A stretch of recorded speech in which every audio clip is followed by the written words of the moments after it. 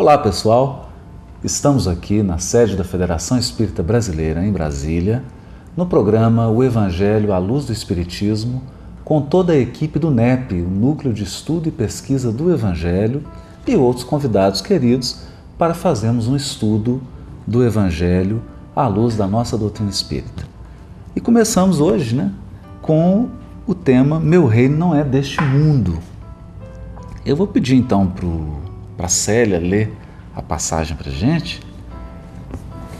Nós vamos ler do livro Novo Testamento, a tradução do Haroldo Dutra Dias, Jesus diante de Pilatos.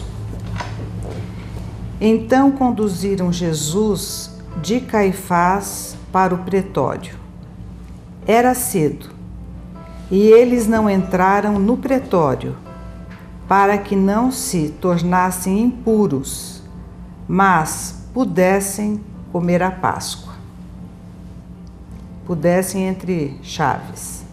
Então Pilatos se dirigiu para fora, em direção a eles, e diz: Que acusação trazeis contra este homem?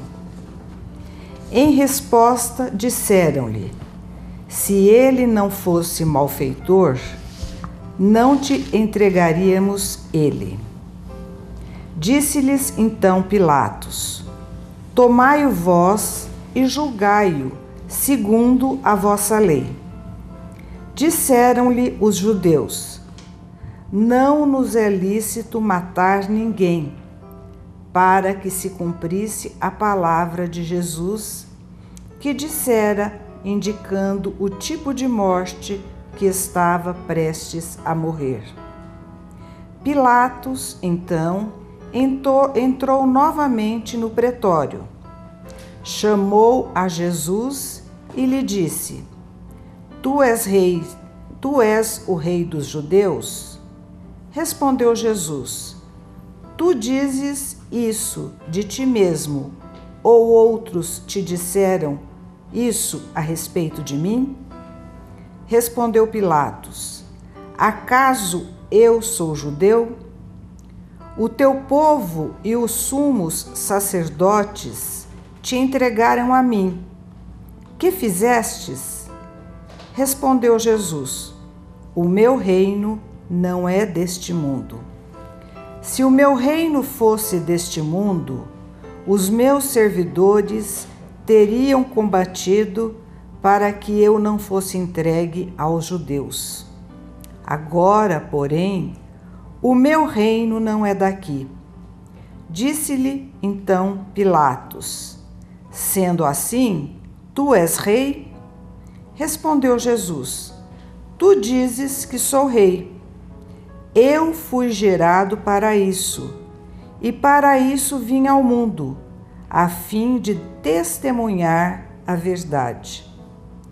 Todo aquele que é da verdade ouve a minha voz. Diz-lhe Pilatos: Que é a verdade? Ao dizer isso, novamente saiu em direção aos judeus e diz a eles: Eu não encontro nenhum motivo de condenação. É costume entre vós que eu vos solte um prisioneiro na Páscoa. Quereis então que vos solte o rei dos judeus? Gritaram então novamente, dizendo: Não este, mas Barrabás. Barrabás, porém, era salteador. Interessante a mensagem, Eu acho que seria bom a gente dar uma contextualização histórica. Flávio, tem alguma coisa? E é interessante a gente, na verdade, essa leitura ela já foi feita de uma maneira ampliada em relação àquilo que Kardec citou, para ajudar um pouco no contexto, Que foi lida do versículo 28 até o 40, do capítulo 18.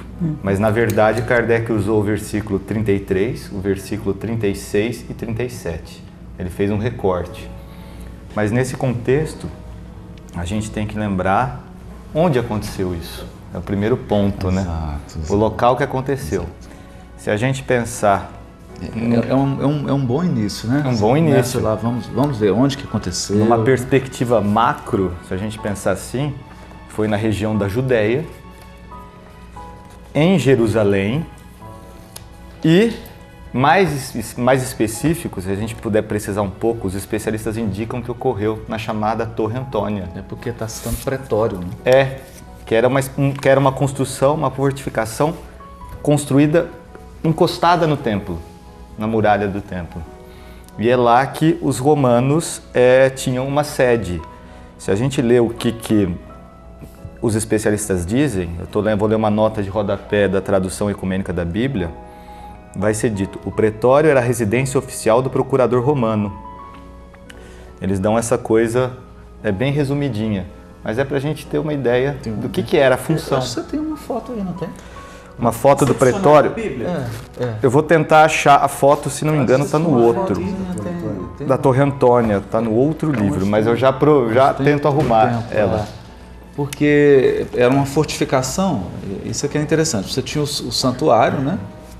E eles construíram a Torre Antônia porque o Sinédrio ele era poder judiciário, os 72 membros.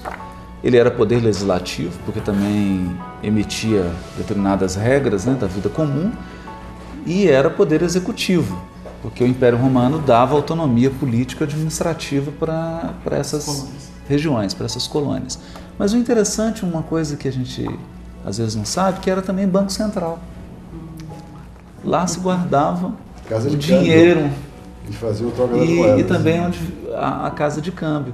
Então, devido a essa movimentação enorme, fora as questões religiosas, né, era o coração do povo, o Império Romano achou por bem colocar a Torre Antônia, porque aí ele tinha um aparato militar e ficava de olho em toda a movimentação, em todo o problema, porque era um fato histórico as insurreições judaicas, né? Então, o povo estava sempre em conflito, sempre trazendo muita dificuldade para o Império Romano. E é curioso também que na passagem fala assim que eles não quiseram entrar na Torre Antônia para não se tornar impuro, né? Que eles estavam purificados para a paz. É curioso porque é um jogo de assim, eu tô puro, mas não me importa que um inocente está morrendo. Tem uma ironia aí, né? Do farisaísmo. Interessante. Se a gente puder focalizar aqui nós temos uma ilustração, né, do templo em perspectiva, né? A Torre Antônia é essa construção com 4 torres construída aqui na lateral do templo. Fica dando aquela impressão que é um anexo, né? Que é uma coisa ficou bem do lado conectada, mas é essa construção. Você está usando qual atlas, Flávio? Esse atlas aqui é o Atlas Histórico e Geográfico da Bíblia, editado pela Sociedade Bíblica do Brasil. Saulo, você tinha separado alguma coisa também de contexto? Do espaço geográfico, né, os personagens envolvidos. Porque nós temos nessa passagem um personagem muito importante que é Pilatos, né, que é aquele a quem Jesus é levado. E Pilatos tem uma postura diante de Jesus que é algo que merece a nossa reflexão, porque às vezes a gente se coloca diante da verdade com essa hesitação, com essa tendência de eu atendo a quem? Atendo ao pedido do mundo ou atendo àquilo que a minha consciência está ditando? O Pilatos representa esse pêndulo. O Emmanuel, num comentário que ele tem no livro Alma e Luz, capítulo 11, ele cita isso, né? Pilatos oscilava entre a consciência, que sabia que Jesus era inocente, e o apelo do mundo, que pedia a crucificação dele. Mas quem é Pilatos, né? Quem é essa pessoa que estava envolvido? Por que os judeus levaram a Pilatos? Depois Pilatos ainda manda para outra pessoa, né? Pilatos era o responsável, né? Era designado pelo Império Romano para aquela região da Judéia. E é interessante que ele é tão hesitante que quando ele descobre que Jesus era galileu, ele fala, opa, me livrei do problema. Porque a Galileia não é meu departamento, não é meu território, é do Herodes. O Herodes está aqui, leva para ele, deixa ele resolver. E Herodes não resolve e devolve para ele. Fica o que a gente chama no judiciário de conflito de competência. E nenhum tribunal quer julgar o caso. Mas tem uma coisa interessante também, porque ele não entende as perguntas. Não. Ele fala assim, você é o rei? Jesus fala, você está dizendo isso por você ou porque você ouviu dizer? Aí ele não entende. Isso está no... Aí ele falou assim, não, mas ele não entende as perguntas. Aí Jesus fala, meu reino não é deste mundo. Ele fala, então você está falando que é rei dos judeus? Ele não entendeu nenhuma das falas de Jesus. Né? As duas perguntas que Jesus faz para ele não entende. Qual é a pergunta? É interessante isso. É por isso que quando ele pergunta assim, o que é a verdade, Jesus, talvez percebendo a limitação, silencia, né? Assim, melhor. E ele vai embora. E ele não espera a resposta. É interessante essa pergunta, né? Emmanuel comenta no Caminho, Verdade e Vida, na questão 85, né? A pergunta do Cristo a Pilatos, né? Tem significação mais extensiva. E aí, para que a gente possa realmente participar, viver o Evangelho, a gente tem que se colocar como Pilatos. Como Pilatos. Então, a leitura é essa aí. Se Jesus pergunta para a gente, eu estou falando, tu és rei? Né? Exato. Aí diz, tu dizes, né? Então, quando encaramos o Mestre, Emmanuel comenta, né? A personalidade do Salvador, por que o afirmamos que ele é o Mestre? Nós vamos chamar um pequeno intervalo e daqui a pouco a gente retorna, que essa questão é muito interessante.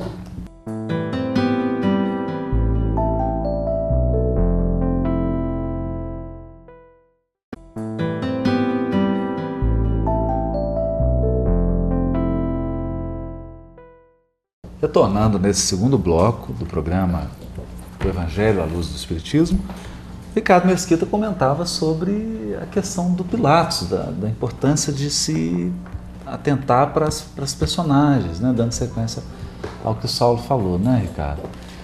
E dando sequência nisso, tem uma parte interessante aqui, que é sobre o que Jesus fala com ele, né, Célia? Que está no Evangelho segundo o Espiritismo. Jesus, ele foi bem conciso nesse diálogo, né? Ele falou pouco, mas ele direcionou bem. Então ele disse que ele veio para mostrar a verdade e que quem entendesse a verdade ouviria sua voz. E quando ele falou que o reino dele não é deste mundo, Kardec, no Evangelho segundo o Espiritismo, no capítulo 2, ele faz uma referência muito significativa, onde ele fala, com efeito, sem a vida futura, nenhuma razão de ser teria a maior parte dos seus preceitos morais. Então ele mostra que a vida futura é a chave para se entender, uma das chaves, o preceito moral do Cristo, que talvez a maior chave. É o eixo. É o eixo condutor. É aí que entra o papel da doutrina espírita, porque o Livro dos Espíritos, na terceira parte, vai estudar a lei divina natural. Consequentemente, vai estudar sobre a perfeição moral. E nós vamos ver depois as penas e gozos futuros, já no final da obra, no quarto livro, na quarta parte. Então a gente nota que o Espiritismo teve que construir toda essa conceituação para a gente poder entender essa síntese do Mestre nas respostas, nas proposições que ele traz. Porque vida espiritual é o segredo. E foi o que Pilatos não entendeu. Porque ele está procurando, você é rei do judeu, é rei da Galileia, ele está procurando referências humanas. E ele fala, meu reino não é deste mundo, eu vim dar um testemunho da verdade que é espiritual. Quer dizer, e até hoje a gente percebe essa dicotomia. Quer dizer, quem se aproxima de Jesus com um olhar puramente humano, com referências puramente materiais, e aí só consegue enxergar um Galileu, só consegue enxergar às vezes projetar em Jesus a figura de um revolucionário, de um guerrilheiro, porque está numa visão que, inclusive, nesse capítulo que você leu... horizontal, né? Não é essa? E nesse capítulo que você leu do Evangelho segundo o Espiritismo, tem um item que Kardec chama assim, o ponto de vista. Quer dizer, qual o ponto de vista você está adotando para examinar Jesus? É um ponto de vista humano ou um ponto de vista espiritual? Interessante isso, né? E é interessante a gente ver nisso, porque ele fala que veio da testemunho da verdade. O compromisso dele com a verdade e a perspectiva que ele adota é a da verdade. A gente pergunta o que é a verdade. Aí no capítulo 6 do Evangelho segundo o Espiritismo, na instrução dos Espíritos, no item Advento do Espírito de Verdade, é explicado O Espiritismo, como fez antigamente a minha palavra, tem de lembrar aos incrédulos que acima deles reina a imutável verdade, o Deus bom, Deus grande, que faz germinem as plantas e se levantem as ondas. Então a ideia de Deus grande, a verdade é essa, Deus justo. Um Deus justo que permite a reencarnação, permite ver a coisa sob a perspectiva da imortalidade da alma. Um Deus que dirige a criação. Que dirige. E a pré-existência e a vida futura, incluindo a imortalidade e a reencarnação, é o fio condutor para entender tudo o que Jesus disse. O meu reino não é deste mundo, afirmado por Jesus, é chancelado hoje pela doutrina espírita, que é a doutrina dos espíritos, ou seja, o mundo espiritual entrou na Terra e revelou a estrutura cósmica, as leis cósmicas, e nós começamos então a nos situar. Então nós saímos da matéria com que nos confundíamos e começamos então a transcender. Então Jesus lançou as sementes e prometeu o Consolador para que ele pudesse vir moldurar isso de uma forma mais científica e filosófica. É interessante o estudo, porque a gente nota onde está a verdade.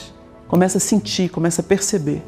E, diante desse julgamento, talvez o julgamento mais complexo da história humana, onde o juiz tenta arguir o réu, né? E o réu é que vai apresentar todas as equações levantando o processo do verdadeiro reino. Como Haroldo tinha lembrado aqui, essa questão do vencedor na terra, a nossa ótica pensava apenas por aquele ponto periférico, muito superficial, muito horizontal. E quando Jesus aponta a questão do vencedor no céu ou na conquista de si mesmo, Emmanuel comenta essa passagem em vários livros, e aqui nós temos o capítulo 3º do livro da Esperança, onde ele usa esse versículo, e ele diz que a vida futura, quando o cristão projeta na vida futura, não apenas no processo de uma nova encarnação, mas da conquista de si mesmo, define toda a integração em si, da conquista, da autoridade, pela experiência, pela vivência, superando as dificuldades, né? Então, até então, nós temos todo aquele elemento de guerra, de domínio de fora. E agora nós temos um domínio de dentro. Jesus é a autoridade real diante de Pilatos, diante de todos ali. Ele conduz o processo para atingir os objetivos que ele pensava, que tinha planejado, que já tinha definido desde do Velho Testamento, quando anunciava o seu processo de vida. Então essa é a verdadeira autoridade. O reino de Deus, Emmanuel comenta em outra página, está no meio de vós, está entre vós, na relação em que a criatura consegue conter-se, irradiando diante dos outros os valores da construção e do bem.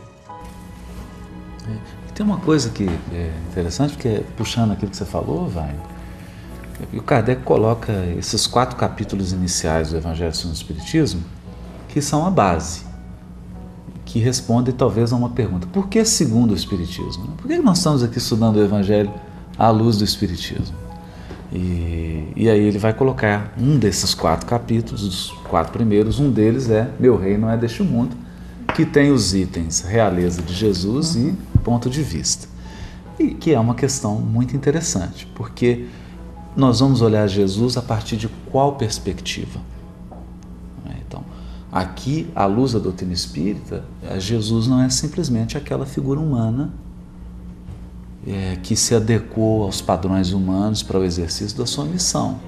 Ele possui uma realeza espiritual, que é o capítulo daí que a Célia leu, a realeza de Jesus, ou seja, do ponto de vista espiritual, a função dele é a do governador planetário.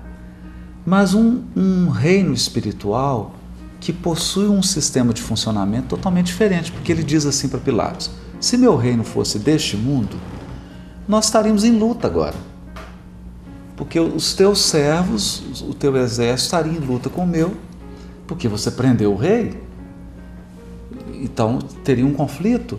Mas aqui não há conflito, por quê? Porque ele é de um reinado espiritual e Pilatos de um reinado material. E aí está a grandeza.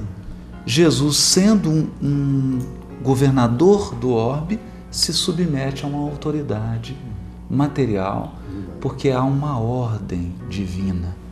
Se Pilatos estava naquela posição, é porque ele foi conduzido pelas leis divinas àquela posição e Jesus honra essa posição. Em nenhum momento ele desautoriza Pilatos, em nenhum momento ele fere as leis, ele se sujeita a ir a Herodes, ele se sujeita a ser, inclusive, escarnecido, né? Porque colocam uma veste vermelha nele, colocam um cetro de cana, uma coroa de espinhos, e ele silenciosamente se submete a toda a autoridade humana, porque aí dá um outro sentido de autoridade também, né? Um outro sentido de poder. Autoridade moral. Espiritual, que não entra em conflito, que não luta.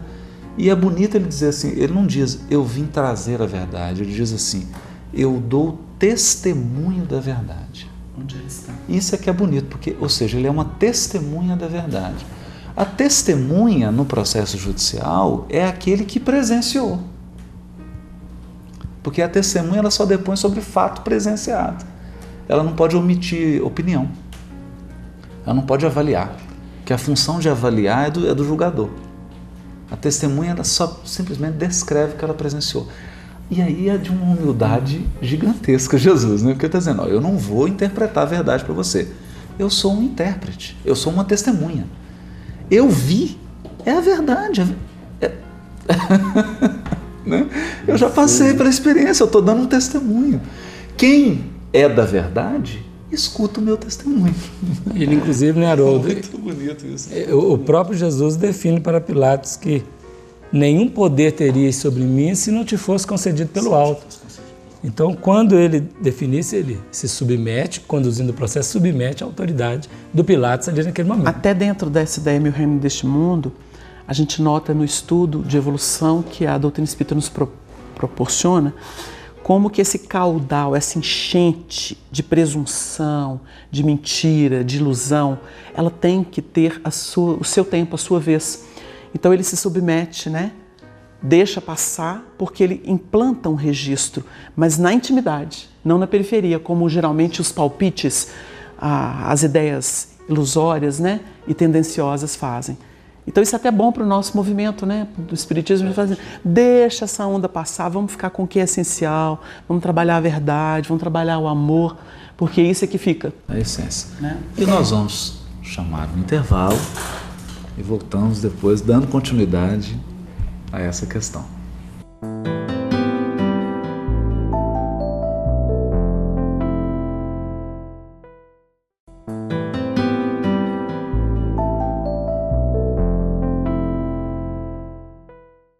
Voltamos então ao terceiro bloco do programa Evangelho à Luz do Espiritismo, nessa passagem Meu Reino não é deste mundo. E nós comentávamos aqui sobre a questão da verdade. Há uma conversa sobre verdade, testemunho da verdade, e parece, né, Célia, que tem alguma coisa no Evangelho segundo o Espiritismo sobre esse caminho para se chegar à verdade. Exato, o caminho para se chegar à verdade e ao reino. Então ele diz, Kardec, que para chegar a essa verdade, o caminho necessário é através da abnegação, da humildade, da caridade, em toda a sua celeste prática. Ele faz essa observação. Nossa. E também da benevolência para com todos. E ele ainda arremata, procurai, pois, o caminho através de urzes e dos espinhos, não por entre as flores.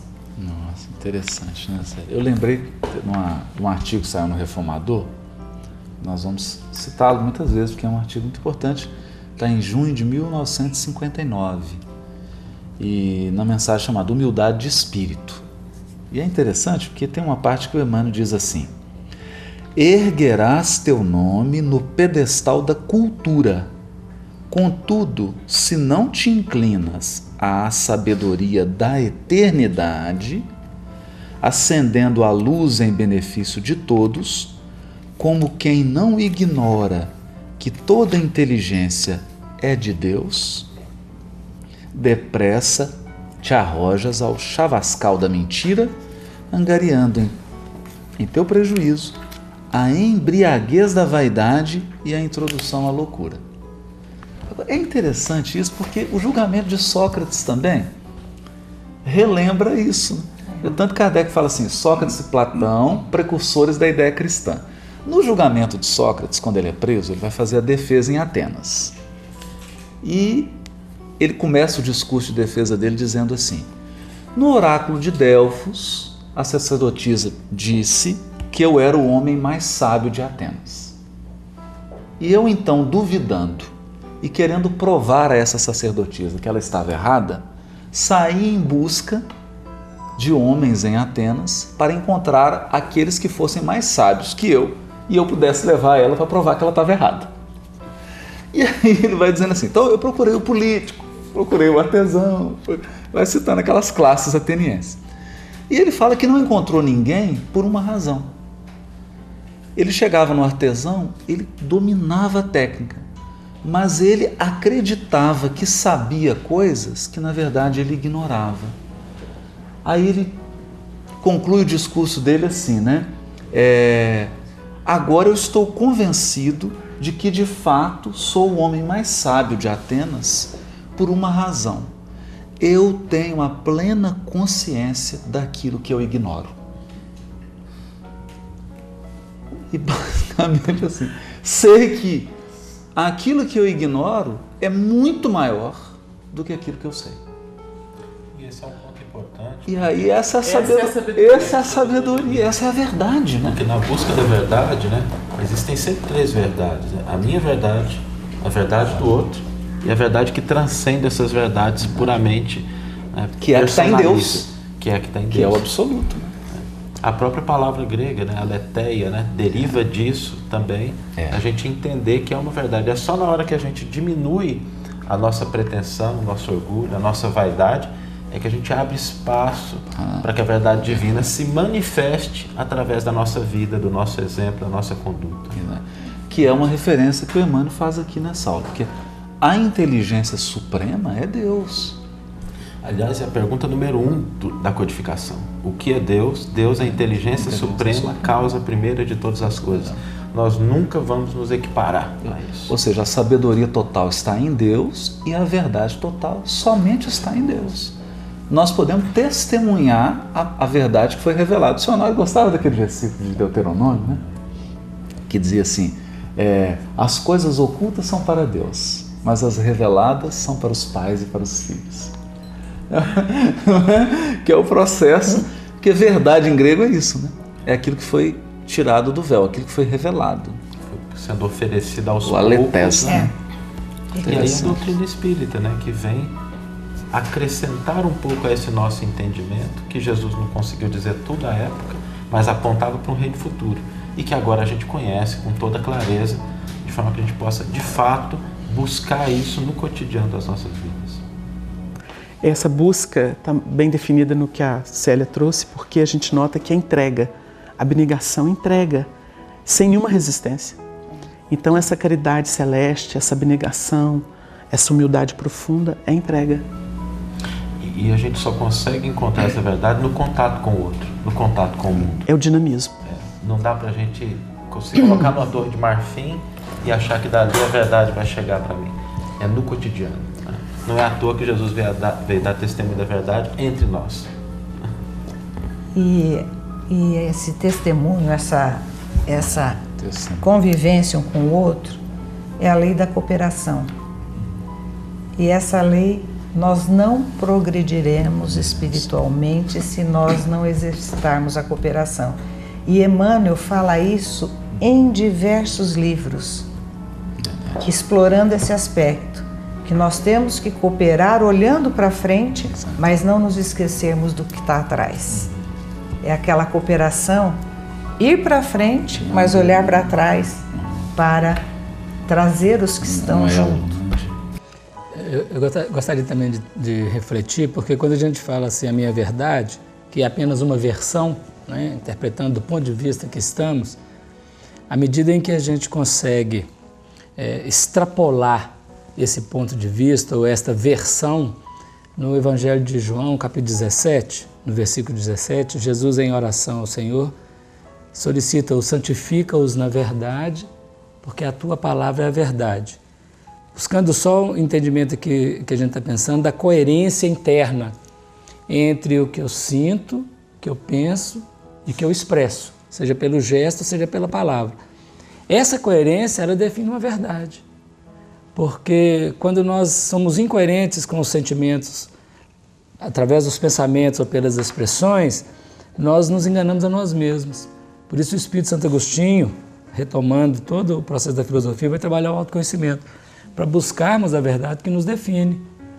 Muitas vezes nós temos uma atitude sem considerar a intencionalidade, Deus avalia na intencionalidade. Então, verdade, nesse aspecto, para nós aqui agora, definiria a intimidade coerente que busca aquele padrão de realização, sentir, pensar e realizar. Claramente aqui, fazendo uso da vontade e escolhendo a melhor parte, né? Escolhendo aquela boa parte que a Maria, irmã de Lázaro, escolheu em determinado momento do Evangelho. E ainda nessa questão da verdade, quando Jesus diz, aquele que pertence à verdade, escuta a minha voz. Porque você primeiro precisa estar disposto para que aquilo reverbere dentro da sua própria alma. E se você não estiver preparado, não adianta a verdade vir ribombando, né, que você não vai escutar. Aí a gente vê a justificação da reencarnação, dentro dessa clareza com que ela é trazida por Allan Kardec na obra da codificação, porque sem o processo reencarnatório não haveria predisposição interna do indivíduo para enxergar e começar a ouvir e ver nesse sentido transcendente. E ele, às vezes ele Isso é obra da evolução. Às vezes ele é transferido para a situação que ele causou, para perceber o reflexo das suas próprias ações e compreender na alma o que representa essa verdade. Flávio, você tinha selecionado. Na verdade, essa questão da ideia do reino, quando Jesus fala do reino dele que não é deste mundo, a gente tem que pensar o choque de pontos de vista que estava ocorrendo ali entre ele e Pilatos. Pilatos falava tendo a ótica de um reino mundano, um reino pautado pela imposição, pelo uso da força, pelo domínio. E as pessoas daquela época pensavam assim: Jesus não. O reino dele é um reino que reflete as leis divinas. Um reino pautado pela ideia de fraternidade, exatamente vinculando com aquela ideia de cooperação. Então é esse o reino. Exato. Um reino cuja obra se dá no coração dos homens. É obra divina no coração dos homens. Isso aparece em um trecho do Boa Nova. Exato. O reino de Deus seria isso. Então Jesus fala desse reino. Porque todo reinado material um dia terá fim. Terá fim. Sim. Inexoravelmente, tudo que é material Isso vai ter fim. isso é comentado em Pão Nosso por Emmanuel, quando ele diz assim, meu reino ainda não é daqui, né? Cristo não está deserdando o mundo da matéria. Isso é comentado na questão 3.3 do Pão Nosso. Então, na verdade, é uma afirmativa que quando ainda não está aqui, ou seja, é uma afirmativa de esperança. Quer dizer, um dia estará. Então, não é só a questão do mundo espiritual, mas também o material também tem... Ele deixa isso bastante esse é um claro. projeto. Só será lá quando a gente Esse é o conseguir projeto de expressar. regeneração. Esse é um projeto mesmo. E quando a Célia fala da cooperação, é curioso isso, porque se Jesus vem anunciar o reino de Deus, que invadirá a terra, em nenhum momento ele despreza o reinado de Pilatos. Olha que interessante, porque sabe que aquilo também é um degrau, é um passo para se chegar. Porque às vezes a gente tem a pessoa tem uma tarefa, trazendo agora para a nossa vida, né? Trazendo a mensagem para a nossa vida agora. Às vezes a gente tem uma tarefa e acredita que para desempenhar aquela atividade nós temos que menosprezar a atividade dos outros. Ou temos que anular a atividade do outro. Quando muitas vezes a atividade do outro foi o adubo, foi o degrau necessário para que a nossa atividade pudesse se desenvolver. Porque se não fosse o reinado de Roma, se não fosse o Império Romano, o mundo não teria uma estrutura civilizatória suficiente para receber a mensagem de Jesus. E Paulo se utilizou dessa estrutura civilizatória criada pelo Império Romano para divulgar o cristianismo. Então imagine se Jesus chegasse desprezando a autoridade, desprezando a construção que Pilatos representava. Quer dizer, não pode ser assim. O Honório gostava do visão de versículo respeito. dentro disso. Granjeai amigos com as riquezas da iniquidade. É tão bom, mas o tempo acaba nós temos que encerrar esse bloco e partimos para o tema seguinte.